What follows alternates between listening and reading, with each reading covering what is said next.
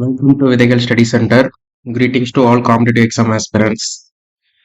இது வந்து ஒரு புது initiative from Vidhaigal study centre.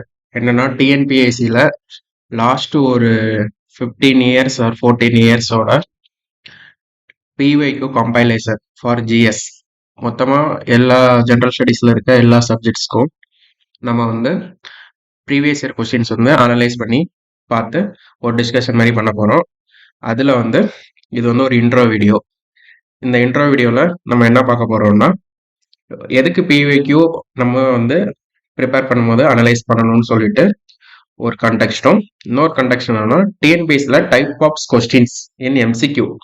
நம்ம ப்ரிலிம்ஸ் எழுதுறோம்ல, அதில் வந்து எம்சிக்யூ வந்து எப்படி அப்ரோச் பண்ணணும், என்னென்ன டைப்பில் கொஸ்டின் கேட்குறாங்க, ஸோ நம்ம வந்து ப்ரிப்பேர் பண்ணும்போதே எந்த மைண்ட் செட்டில் ப்ரிப்பேர் பண்ணலாம் அப்படின்றதுக்காக ஒரு சின்ன ஐடியா கிடைக்கிறதுக்காக இந்த இன்ட்ரோ செஷனில் இந்த 2 கண்டெக்ஸ்டும் பார்க்க போகிறோம்.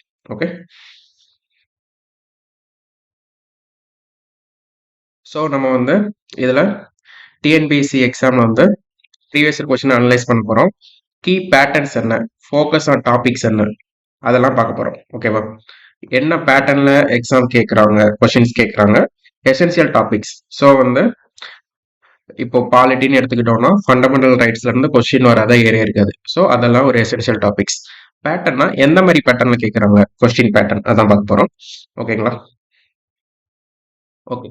இதில் வந்து ரீசன்ட் ட்ரெண்ட்ஸ் என்ன, இம்பார்ட்டன்ட் டாபிக்ஸ் என்ன, ஃப்ரீக்வென்ட்லி ஆஸ்கட் கொஸ்டின்ஸ் என்ன, இது வந்து நம்ம கிளாஸஸ் பார்க்கும்போதே நமக்கு வந்து எல்லாமே தெரிஞ்சிடும். ஓகே, ஒய் அனலைஸ் பிவைக்யூஸ் ஏன் நம்ம பண்ணணும்னா, எக்ஸாம் பேட்டர்ன், கொஸ்டின் டைப்ஸ் எப்படி நமக்கு தெரிஞ்சிடும், ரெக்கரிங் டாபிக்ஸை பார்க்கலாம், exam strategy and time management. So நம்ம வந்து ஒன்லைனராக கேட்குறாங்களா, இல்லை வந்து பேராகிராஃப் கொடுத்து கேட்குறாங்களா, நிறைய ஸ்டேட்மெண்ட் வச்சு கேட்குறாங்களா, குரோனாலஜிக்கல் ஆர்டரில் வருதா, மேட்ச் த ஃபாலோவிங் அதிகமாக வருதா, அசசன்ட் ரீசன் அதிகமாக வருதா, இந்த மாதிரிலாம் நம்ம வந்து பார்க்குறப்ப தான் நமக்கு வந்து ஒரு எக்ஸாம் ஸ்ட்ராட்டஜி, ரியல் கொஸ்டின்ஸை பார்க்குறோம்ல, ஸோ வந்து ஒரு எக்ஸாம் ஸ்ட்ராட்டஜியும் டைம் மேனேஜ்மெண்ட்டும் நம்மளால பண்ணுறதுக்கு ஒரு பிளான் பண்ண முடியும். ஸோ டெஸ்ட் ப்ராக்டிஸோட பிவைக்யூ அனலைசிஸும் ரொம்ப ரொம்ப முக்கியம். In depth analysis of PYQs, tips எப்படி அப்ரோச் பண்ணலாம், லைக் ஆப்ஷன் எலிமினேட் பண்ணுறது எப்படி, ஃபர்ஸ்ட் எந்த மாதிரி கொஸ்டின்ஸ் அப்ரோச் பண்ணலாம், அந்த மாதிரி. இது மூலமாக உங்களுக்கு ஒரு எஃபிஷியன்ட் ஸ்டடி பிளானிங் வந்து உங்களுக்கு கிடைக்கும். ஓகே, ஒரு கான்ஃபிடன்ஸ் இம்ப்ரூவிங் யுவர் ஸ்பீடு, ஒரு நல்ல அண்டர்ஸ்டாண்டிங், எல்லாமே எக்ஸாம் ஸ்பெசிஃபிக் கொஸ்டின் டைப்ல வந்து உங்களுக்கு வந்து கிடைக்கும். ஸோ ஏதாவது டவுட் இருந்தாலோ இல்லைனா வேற ஏதாவது உங்களுக்கு கைடன்ஸ் வேணாலும் இந்த நம்பருக்கு feel free to contact. Okay, Telegram குரூப்லையும் ஜாயின் பண்ணிக்கோங்க விதைகளில். இப்போ வந்து டைப்ஸ் ஆஃப் கொஸ்டின்ஸ் வந்து நம்ம பார்க்கலாம். டிஎன்பிசி எக்ஸாமில் அப்ஜெக்டிவ் டைப்பில் மேஜராக ஒரு 13 டைப்ஸில் வந்து கேட்குறாங்க. ஓகேவா, 13 டைப்ஸும் என்னென்ன, அதை வந்து எப்படி அப்ரோச் பண்ணலாம், அதுக்கு ஒரு எக்ஸாம்பிள், இதெல்லாம் சேர்த்து இந்த செஷனில் பார்த்துடலாம். ஃபர்ஸ்ட் வாட் இஸ் வாட், இது வந்து கன்வென்ஷனலாக உள்ளது, டைரக்டாக கொஸ்டின் இருக்கும். மோஸ்ட்லி டிஎன்யூஎஸ்ஆர்பி சப் இன்ஸ்பெக்டர் எக்ஸாம்லாம் அப்படிதான் கேட்டுட்டு இருந்தாங்க. டிஎன்பிசியில் இதுக்கு முன்னாடியும் அப்படிதான் இருந்துச்சு, பழைய ட்ரெண்ட். ஒரு பிஃபோர் லாக்டவுனுக்கு முன்னாடி இப்படிதான் கேட்டுட்டு இருந்தாங்க. டைரக்ட் கொஸ்டின்ஸா இருக்கும். இதுல ஆப்ஷன் எலிமினேட் பண்றது கொஞ்சம் கஷ்டம் தான், நமக்கு தெரிஞ்ச ஆன்சர் இல்லைன்னா தப்பு தான், ஒரு குவிஸ் ப்ரோக்ராமர் தான் இருக்கும். ஓகேவா, ஸோ ரொம்ப சிம்பிளா இருக்கும், டைம் வந்து இதுக்கு ரொம்ப கன்சியூம் பண்ணாது, ஈஸியா இருக்கும். ஸோ இதுல வந்து என்னெல்லாம் கேட்கலாம்னா, ஒரு டெஃபினிஷன், ஒரு எக்ஸ்பிளனேஷன், ஒரு ஃபேக்சுவலா ஸ்ட்ரைட் ஆன்சரா தான் இருக்கும். ஓகேவா, லைக் வந்து பாப்புலேஷன் டென்சிட்டி, மக்கள் தொகை அடர்த்தினா என்னன்னு சொல்லிட்டு ஒரு கொஸ்டின் கேட்டிருப்போம், கீழே 4 ஆப்ஷன் இருக்கும். ஸோ அதெல்லாம் ஒரு டெஃபினேஷன் தான். ஒரு எக்ஸ்பிளனேஷன் எதுக்காச்சும் கேட்கலாம், ஒரு ஃபேக்சுவலா இட் மேபி ஏதாவது டைரக்டா யார் இதை பண்ணாங்க, எப்போ பண்ணாங்க, எங்க பண்ணாங்க, என்ன ஆர்கனைசேஷனை யார் ஓப்பன் பண்ணாங்க, எந்த புக்கை யார் எழுதுனாங்க. ஸோ இது வந்து ரொம்ப ஃபேக்சுவலா இருக்கும். எக்ஸாம்பிள் கொஸ்டின் வந்து 1945 சிம்லா மாநாட்டை கூட்டிய அரச பிரதிநிதி யாரு, வேவல் பிரபு. இது நமக்கு வந்து தெரியும். ஓகேங்களா, ஸோ வந்து இதுதான் வாட் இஸ் வாட் கொஸ்டின். நமக்கு ஈஸியா ரொம்ப லெஸ் டைம் கன்சியூம் ஆகுறது இதுல தான்.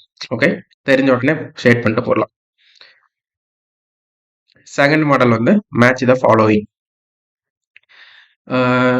அதாவது மேட்ச் த ஃபாலோயிங் பொறுத்துக்க, இதை வந்து நமக்கு ஈஸியாவே தெரியும்.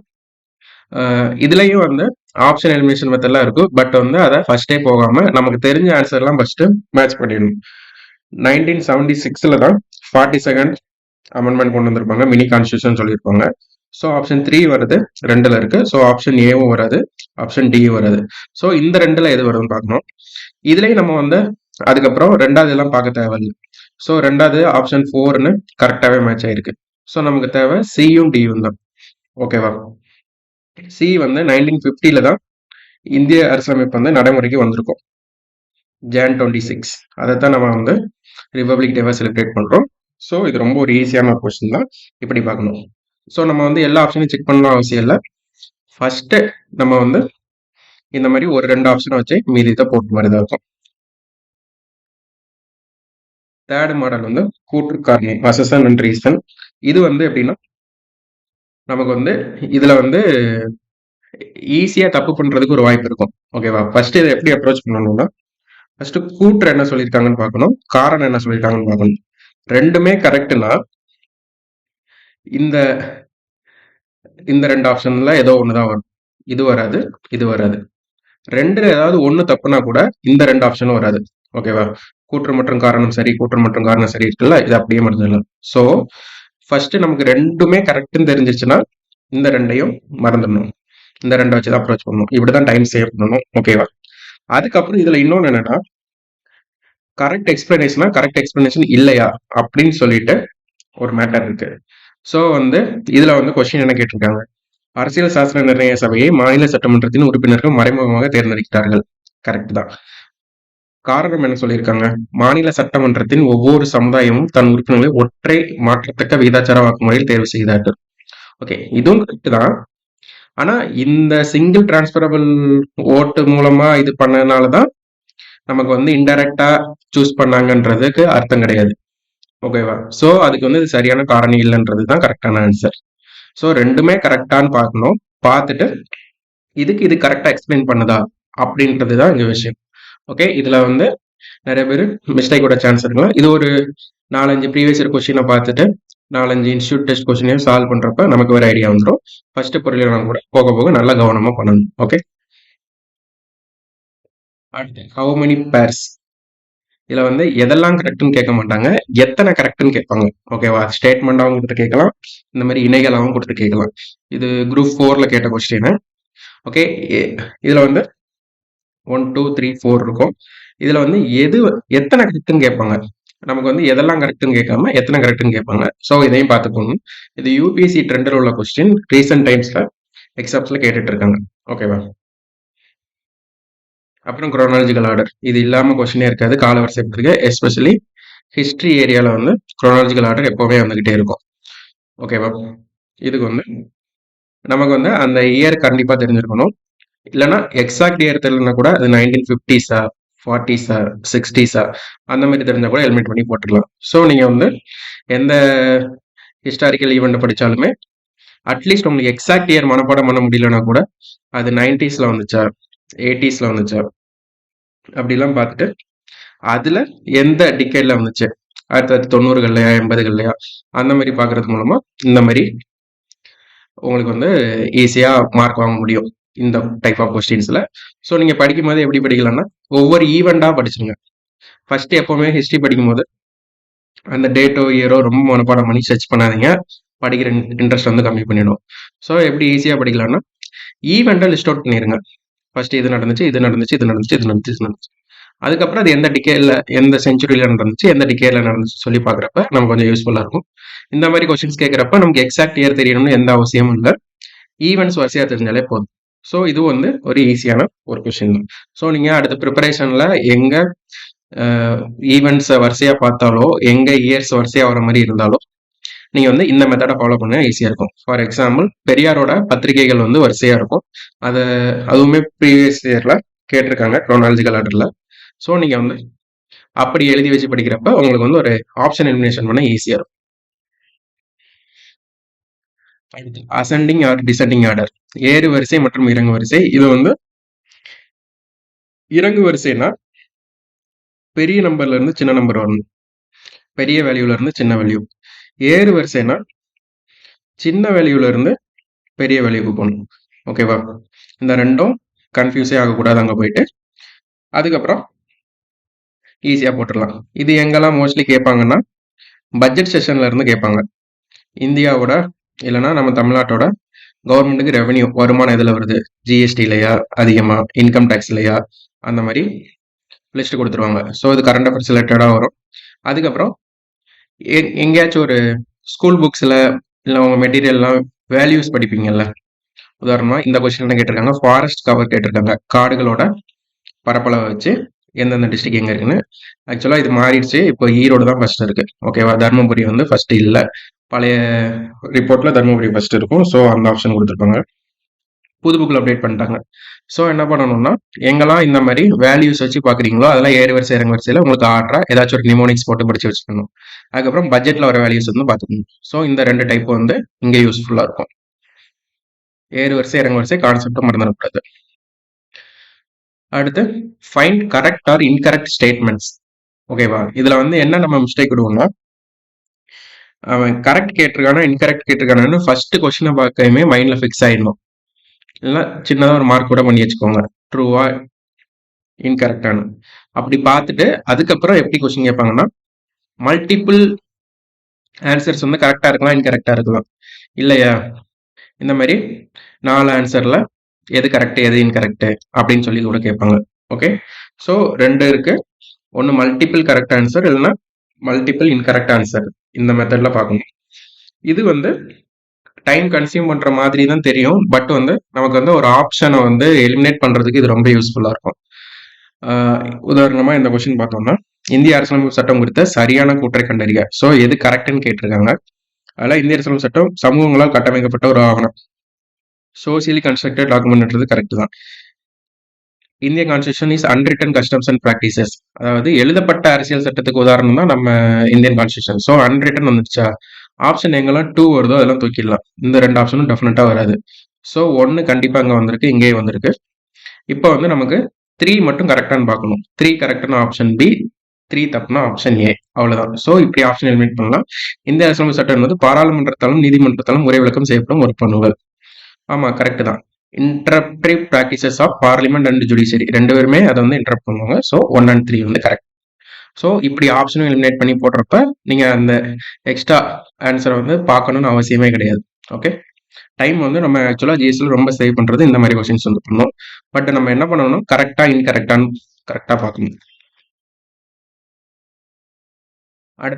மேல ஸ்டேட்மெண்டா பார்த்தோம், இங்க கீழே பேர்ஸா கொடுத்துருப்பாங்க. ஓகேவா? இது வந்து பைகேமரலிசம், அதாவது ஓரவை சட்டமன்றமா ஈரவை சட்டமன்றமா இதுன்னு. ஸோ இது வந்து அதே சேம் கான்செப்ட் தான். பட் வந்து அங்க ஸ்டேட்மெண்டா கொடுத்துருக்காங்க, இங்க பேர்ஸா கொடுத்துருக்காங்க. அவ்வளவுதான் டிஃப்ரெண்ட். அப்புறம் ஆடோ நோட்டு. ஒரு ஆடோ நோட்னா நம்ம எதை வச்சு அதை ஆடோ நோட்டா பிரிச்சிருக்கோம்னு சொல்லாம கூட கொஸ்டின் கேட்பாங்க. அதனாலதான் இந்த கொஸ்டின் வச்சிருந்தேன். ஸோ இது எல்லாம் யாருன்னா சோழா கிங்ஸ், சோழ அரசர்கள். இவங்க எல்லாருமே, இவர் மட்டும் சேர அரசர். ஓகேவா? ஸோ இப்படி பாக்குறப்ப வந்து வேறுபட்ட ஒன்றை இல்லை பொருந்தாத ஒன்றை கண்டுபிடிங்கன்றது கொஸ்டின் நமக்கு ஜிஎஸ்ல வருது. ஸோ நம்ம வந்து இதெல்லாம் 6th ஸ்கூல் புக்ல இருக்குன்னு நினைக்கிறேன். ஓகேவா? அப்படிப்பட்ட பாக்ஸ் கண்டென்ட்ஸ் எல்லாம் கொஞ்சம் நல்லா படிச்சு வச்சுக்கோங்க. இந்த மாதிரி கொஸ்டின்ஸும் ஈஸியா மார்க் வாங்கக்கூடிய ஒரு கொஸ்டின் தான். அப்புறம் இந்த ட்ரெண்ட் வந்து இப்போ லாஸ்ட் இயர் கேட்கல, ஆனா 23, 22ல எல்லாம் ஃபுல்லா கேட்டுட்டு இருந்தாங்க. ஸோ இது டைம் கன்சியூம் பண்ற மாதிரியான ஒரு கொஸ்டின் தான், பேசேஜ் கொஸ்டின்ஸ். அதாவது ஒரு பெரிய பத்தி கொடுத்துருவாங்க, நம்ம வந்து அதை ஃபுல்லா படிச்சு அந்த பேசேஜ்ல என்ன இருக்கோ அதுக்கு தான் நம்ம கரெக்ட் ஆன்சர் கொடுக்கணுமே தவிர ஒரிஜினல் ஆன்சரை கொடுக்கக்கூடாது. ஓகேவா? இது வந்து ரீசெண்டா ஒரு 10-15 எக்ஸாம் மேலேயே இந்த மாதிரி கொஸ்டின்ஸ் வந்து கேட்டிருந்தாங்க டிஎன்பிசி பியூஐக்குள்ள. ஓகே, ஸோ வந்து இதை எப்படி அப்ரோச் பண்ணலாம்னா, first read the following passage and answer the item that below. Your answer to this item should be based on the passage only. இதுதான் ரொம்ப ரொம்ப முக்கியம்.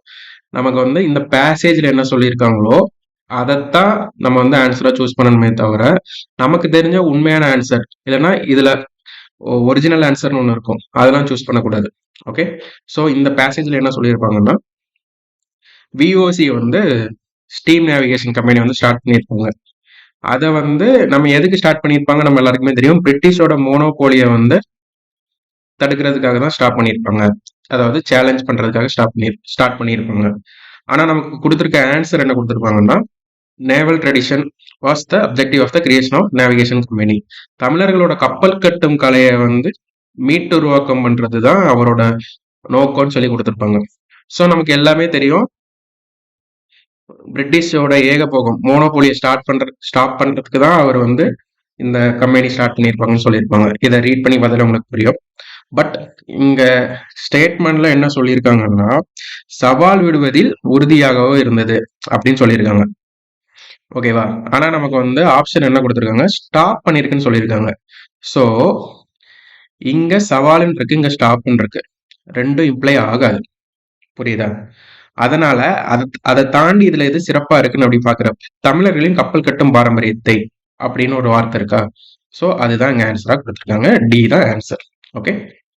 ஸோ இந்த மாதிரி கொஸ்டின்ஸ்ல வந்து நமக்கு என்ன தெரியுது அப்படின்றத தாண்டி கொஸ்டின்ஸ்ல என்ன கொடுத்துருக்கான், பேராகிராஃப்ல என்ன கொடுத்துருக்கான், அந்த கீவேர்டுக்கு ஏற்ற மாதிரி நம்ம பார்த்து கரெக்டாக ஆன்சர் பண்ற மாதிரி இருக்கும். ஸோ இந்த மாடல் கொஸ்டின் பார்த்துக்கோங்க. கொஞ்சம் டைம் கன்சியூம் பண்ற மாதிரி இருக்கும். பட் ஒரு 2-3 கொஸ்டின்ஸ் ப்ராக்டிஸ் பண்ணிட்டீங்க, பிஒய்க்கு பார்த்துட்டீங்கன்னா வெரி வெரி வெரி ஈஸியா இருக்கும். ஓகே. அடுத்து கோட்ஸ். இது வந்து டெஃபினட்டா எல்லா எக்ஸாம்லயுமே மோஸ்ட்லி வந்துருது. ஏதோ ஒரு கோட் கொடுத்துட்டு யார் சொன்னாங்க அப்படின்னு. ஃபர்ஸ்ட் ஸ்கூல் புக்ல இருக்க கோட்ஸ் எல்லாம் பார்த்துக்கோங்க. அதுக்கப்புறம் என்னன்னா ரீசெண்டா இப்போ லாஸ்ட் இயர் கூட போற்றுவார் போட்டுட்டும் தூற்றுவார் தூட்டுட்டும்னு சொல்லிட்டு ஒரு கண்ணதாசன் அவர்களோட கோட் வந்து சொல்லியிருந்தாங்க. அது நம்மளோட சிஎம் வந்து மேடையில பேசியிருந்தாங்க. ஸோ கரண்டா எதுல நம்மளோட கவர்மெண்ட் பாலிசிஸ்ல இல்லைன்னா பப்ளிக் ஸ்பீச்சஸ்ல இல்ல வந்து ஸ்கூல் புக்ஸ்ல எல்லாம் ரீசெண்டா ட்ரெண்ட் ஆகிற இதெல்லாம் கோர்ஸ் இருக்கும், நியூஸஸ்ல இதெல்லாம் கோர்ஸ் இருக்கும், அதெல்லாம் கொஞ்சம் பாத்துக்கலாம். அடுத்து ப்ரீவியஸ் இயர்களை பாத்துக்கலாம், அப்புறம் ஸ்கூல் புக்ல பாத்துக்கலாம். ஓகேவா? அதுல இருந்து தான் கோர்ஸ் எல்லாம் மோஸ்ட்லி கேக்குறாங்க. கோர்ஸ் மோஸ்ட்லி ஒரு பர்சனோட ஐடியாலஜி தெரிஞ்சாலே அதை வச்சு இவங்க தான் இந்த மாதிரி பேசியிருப்பாங்க, இவங்க தான் இந்த மாதிரி பண்ணியிருப்பாங்கன்னு சொல்லிட்டு கூட எலிமினேட் பண்ற மாதிரி இருக்கும். ஸோ இங்க வந்து ஆகஸ்ட் ஆஃபரை வந்து rejected by both Congress, Indian National Congress as well as Muslim League. அதுக்கு வந்து இந்த ஸ்டேட்மெண்ட்டை யார் சொன்னாங்கன்னு சொல்லி கேட்டிருக்காங்க. என்னுடைய சகாக்களை கலந்தாலோசிக்காமலே ஆகஸ்ட் கொடையை நான் நிராகரிக்கிறேன் அப்படின்னு சொன்னது யாருன்னு கேட்குறாங்க. ஆப்வியஸ்லி மௌலானா அபுல் கலாம் ஆசாத். இந்த மாதிரி கொஸ்டின்ஸ் எல்லாம் ஸ்கூல் புக்ஸ்ல இருக்கிறதுலாம் ரேரு. வெளியில ஸ்டாண்டர்ட் ஆத்தர் புக்ல அந்த மாதிரி தான் இருக்கும். ஸோ பிவேக்கு பாக்குறப்ப யாரை பத்தி கேட்குறாங்க வரிசையா நம்ம வந்து பாக்குறப்ப ஒரு ஐடியா கிடைக்கும். அடுத்து டேஸ். இது ஒரு முக்கியமான டேஸே ரொம்ப கம்மியா தான் இருக்கும். அந்த டேஸ் எல்லாமே எவ்ரி மந்த்லி கரண்ட் அஃபேர்ஸ் படிக்கிறப்ப சேர்த்து படிச்சிடணும். அதை தாண்டி புதுசாலாம் எதுவும் டேஸ் எல்லாம் கேட்கறது இல்லை. ஸோ வந்து டேஸ் வந்து படிச்சுக்கோங்க. டேஸ் படிக்கிறப்ப எப்பவுமே என்ன படிக்கணும்னா அதோட தீமும் அந்த இயரோட தீமும் படிச்சுக்கணும். ஓகேவா? உதாரணமா March 8 இன்டர்நேஷனல் உமன் டேனா இந்த வருஷத்தோட தீம் என்ன, ஆக்ஸலரேட் ஆக்ஷன், அந்த மாதிரி ஒன்று இருக்கும். ஸோ அதிலையும் சேர்த்து படிச்சு வச்சுக்கிறது இன்னும் நல்லது. ப்ரிலிம்ஸ்க்கு யூஸ் ஆகும் அஸ் வெல் அஸ் மெயின்ஸுக்கு யூஸ் ஆகும். ஓகேவா? ஸோ டேஸ் வந்து வெரி இம்பார்ட்டன்ட் ரோல். டேஸுமே நிறைய டைம்ல கேட்குறாங்க. இன்கரெக்ட் பேர், கரெக்ட் பேர், match the following, chronological order, அந்த மாதிரிலாம் ஒரு 4-5 டேஸ் கொடுத்து எல்லாமே கேட்குறாங்க. இந்த மாதிரி டைரக்டாகவும் கேட்குறாங்க. ஓகே. அதுக்கப்புறம் ஆர்டிகல்ஸ் அமெண்ட்மெண்ட்ஸ். இதுவும் வாட் இஸ் வாட் கொஸ்டின்ல வரும். பட் டைரக்டா இதை ஏன் தனியாக கொடுத்துருக்குறாங்க, எல்லா கொஸ்டின்ஸ்லயுமே ஆர்டிகல்ஸ் கேட்குறாங்க, எல்லா கொஸ்டின்லயும் அமெண்ட்மெண்ட்டும் கேட்குறாங்க. ஸோ அந்த மாதிரி பார்த்துக்கோங்க. முக்கியமான ஆர்டிகல்ஸ் தான் திரும்ப திரும்ப கேட்டிருக்காங்க. இப்போ ரீசெண்டாக இருக்க கொஸ்டின்ஸ்ல தான் என்ன பண்ணியிருக்காங்கன்னா இந்த ஃபைல் ஆட் ஆன் அவுட்ன்ற மாதிரி முதலமைச்சருக்கு பொருந்தாத சட்டப்பிரிவு என்னன்னு சொல்லிட்டு ஒரு 4-5 ஆர்டிகல் கொடுத்துருக்காங்க. அதுவுமே நம்ம ஆப்ஷன் எலிமினேட் பண்ணி போடுற மாதிரி தான் இருக்குது. ஸோ வந்து இதையும் டைரக்டா பார்க்காம ஆர்டிகல்ஸ் அமெண்ட்மெண்ட்ஸ் இது ரெண்டுமே டைரக்ட் கொஸ்டினாக தான் கேட்டிருக்கேன். நீங்க வந்து ஆடோ நோட் என்ன, அதுக்கப்புறம் அதுல இன்கரெக்ட் கரெக்ட் என்ன, அதுல அசெண்டிங் டிசெண்டிங் ஆர்டர் என்ன, அந்த மாதிரி எல்லாமே சேர்த்து படிக்கிறப்பவே அந்த மாடல்ல நம்ம படிச்சிட்டோம்னா இன்னும் கொஞ்சம் யூஸ்ஃபுல்லா இருக்கும். ஸோ இதுல லோக்கல் பாடிஸ், லோக்கல் கவர்மெண்ட்டுக்கு 73rd அமெண்ட்மெண்ட் நமக்கு நல்லா தெரிஞ்சது தான். 51A ஹெச் ஃபண்டமெண்டல் டியூட்டிஸ்ல என்னன்னு கேட்டிருக்காங்க. ஹெச்னாலே சயின்டிஃபிக் டெம்பர், ஹியூமனிசம், இதுதான். ஓகேவா? ஸோ இந்த மாதிரியான கொஸ்டின்ஸ் வந்து நம்ம பார்க்குறப்ப நமக்கு வந்து ஒரு நாலேஜும் வளர்ந்துடும். நமக்கு வந்து இப்போ நீங்க ரொம்ப நாள் படிச்சுட்டு இருக்கீங்க, சீனியர் ஆஸ்பிரண்டா இருக்கீங்க, உங்களுக்கு ரிவிஷன் பண்றது கஷ்டமா இருக்குன்னா பிஒய்க்யூஸ் எடுத்து பார்க்க ஆரம்பிச்சிடலாம். ஸோ உங்களுக்கு வந்து ஒரு ஸ்டாட்டிக் ஜிகே ரீகால் ஆன மாதிரி இருக்கும். ஓகேவா? ஃப்ரெஷர்ஸா இருந்தாலுமே நீங்க வந்து படிக்கிறப்ப எந்த மாதிரி கொஸ்டின்ஸ் ஃப்ரேம் பண்றாங்க, திரும்ப திரும்ப நம்ம வந்து டிஎன்பிசில கேட்ட கொஸ்டின்ஸே டைரக்டா பாக்குறதுனால இதுதான் கொஸ்டின் ஏரியா நமக்கே மைண்ட்ல ஃபிக்ஸ் ஆயிடும். ஸோ யூஸ் பண்ணிக்கோங்க. தேங்க்யூ.